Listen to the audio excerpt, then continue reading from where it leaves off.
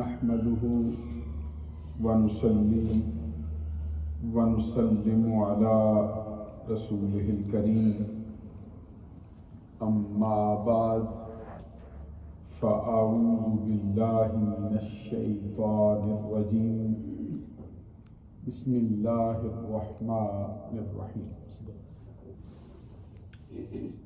ما آتاكم الرسول فخذوه وما نهاكم عنه فانتهوا صدق الله العظيم إن الله وملائكته يصلون على النبي يا أيها الذين آمنوا صلوا عليه وسلموا تسليما الصلاة والسلام عليك يا رسول الله وعلى آلك وأصحابك يا حبيب الله الله رب محمد صلى عليه وسلم نحن عباد محمد صلى عليه وسلم صلاة وسلاما عليك يا رسول الله. معزز و محترم حاضرین و سامعین، اللہ تبارک و تعالیٰ کے فضل و کرم سے رمضان المبارک کا بابرکت اور نور اور پاکیزہ مہینہ اپنی تمام تر رعنائیوں کے ساتھ امت مسلمہ کو اپنے فیض سے مزین کرتا ہوا اپنی منزل کی جانب رواں دواں ہے۔ آج اللہ تبارک و تعالیٰ کے فضل و کرم سے اس مبارک اور مقدس مہینے کا پہلا جمعہ مبارک ہم ادا کر چکے ہیں اور اس کے ساتھ ساتھ پہلے عشرے کے 6 دن بھی پائے تکمیل کو پہنچ گئے۔ آج ہم نماز تراویح میں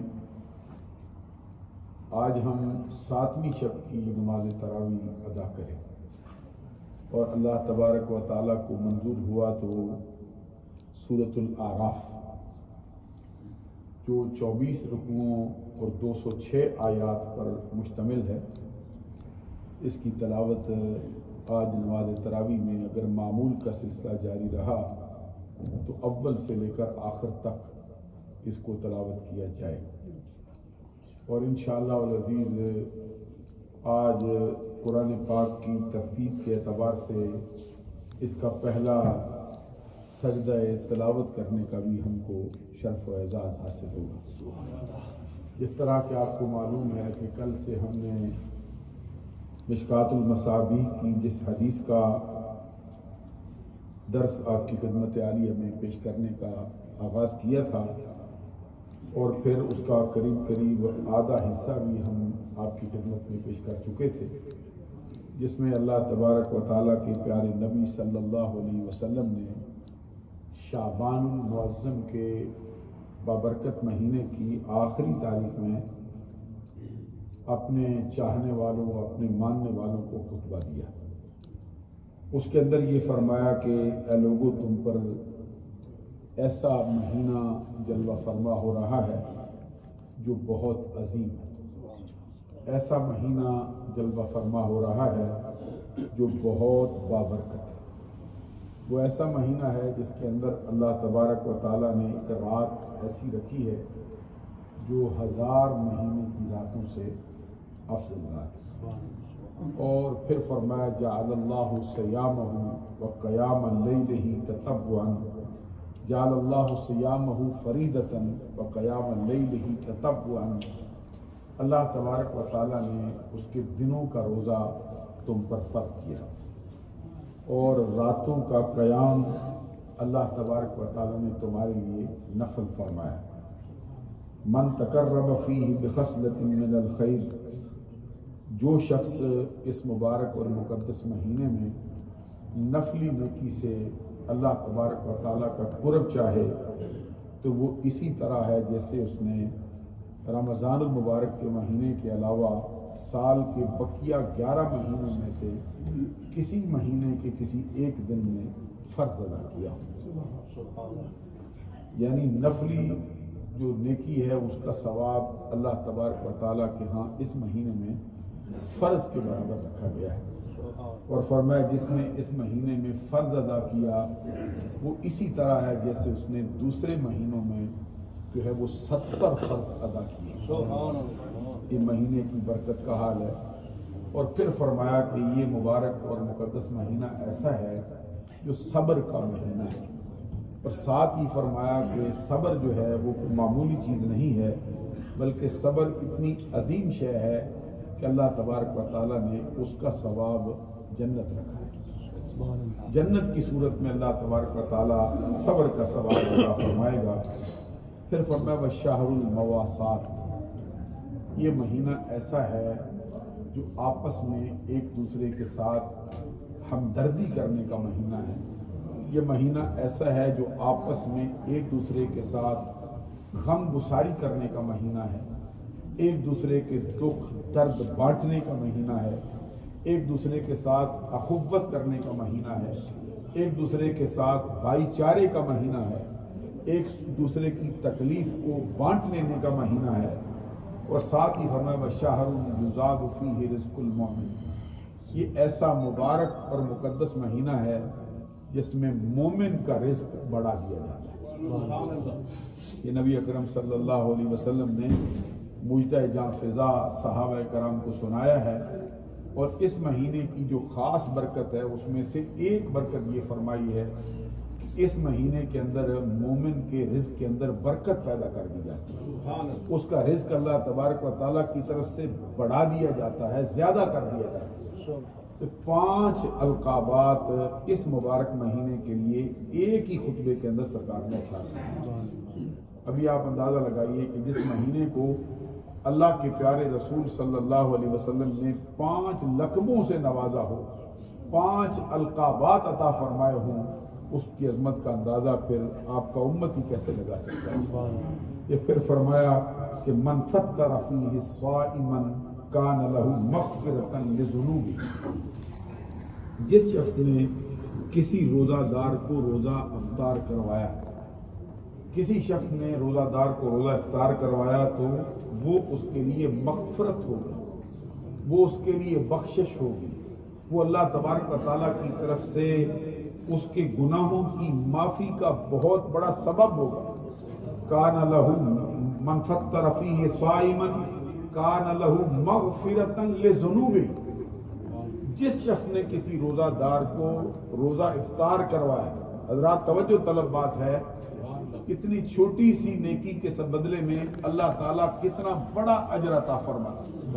اور میں جس شخص نے کسی روزہ دار کو روزہ افطار کروایا ہے، اور یہاں پر بات یہ یاد رکھنے والی ہے کہ اس کا روزہ افطار کروانا ریاکاری سے پاک ہو، دکھلاوے سے پاک ہو اور نمود و نمائش سے پاک ہو، محض اللہ کی رضا کے لیے ہو، ایمان و احتساب کے لیے ہو، اللہ کے حکم کی خاطر ہو، اپنے نبی صلی اللہ علیہ وسلم کے فرمان کی احیاء کے لیے ہو. فرمایا مغفرۃ لذنوبہ، اس کا کسی روزہ دار کو روزہ کھلوا دینا یہ اس کے زندگی کے گناہوں پر معافی کا سبب بن جائے. مغفرۃ لذنوبہ، اس کے گناہوں کی بخشش ہو جائے. حضرات دیکھیے کیسا آسان سا نسخہ ہے کہ ایک روزہ دار کو روزہ افطار کروا دیا تو گناہوں کی معافی کا سبب ہو. مغفرۃ لذنوبہ، اس کے گناہوں کے لیے مغفرت کا پیغام آیا، بخشش کر دی گئی. اور ساتھ فرمایا وَعِتْقَ رَقَبَتِهِ مِنَ النَّارِ، اور دوسری بات یہ ہے کہ اس کی گردن دوزخ سے آزاد کر دی گئی.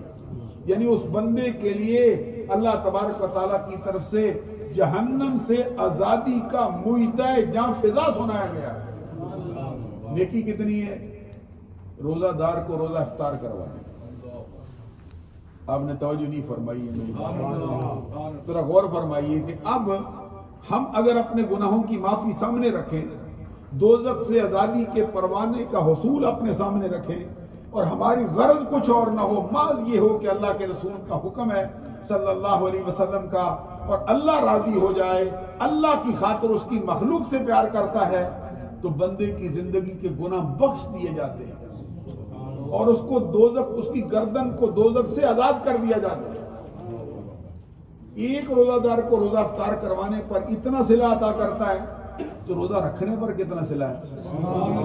اکثر میں آپ کو وہ حدیث سناتا رہتا ہوں جس میں سرکار نے فرمایا، من صام یوما فی سبیل اللہ زحزح اللہ وجہہ عن النار 70 خریفا۔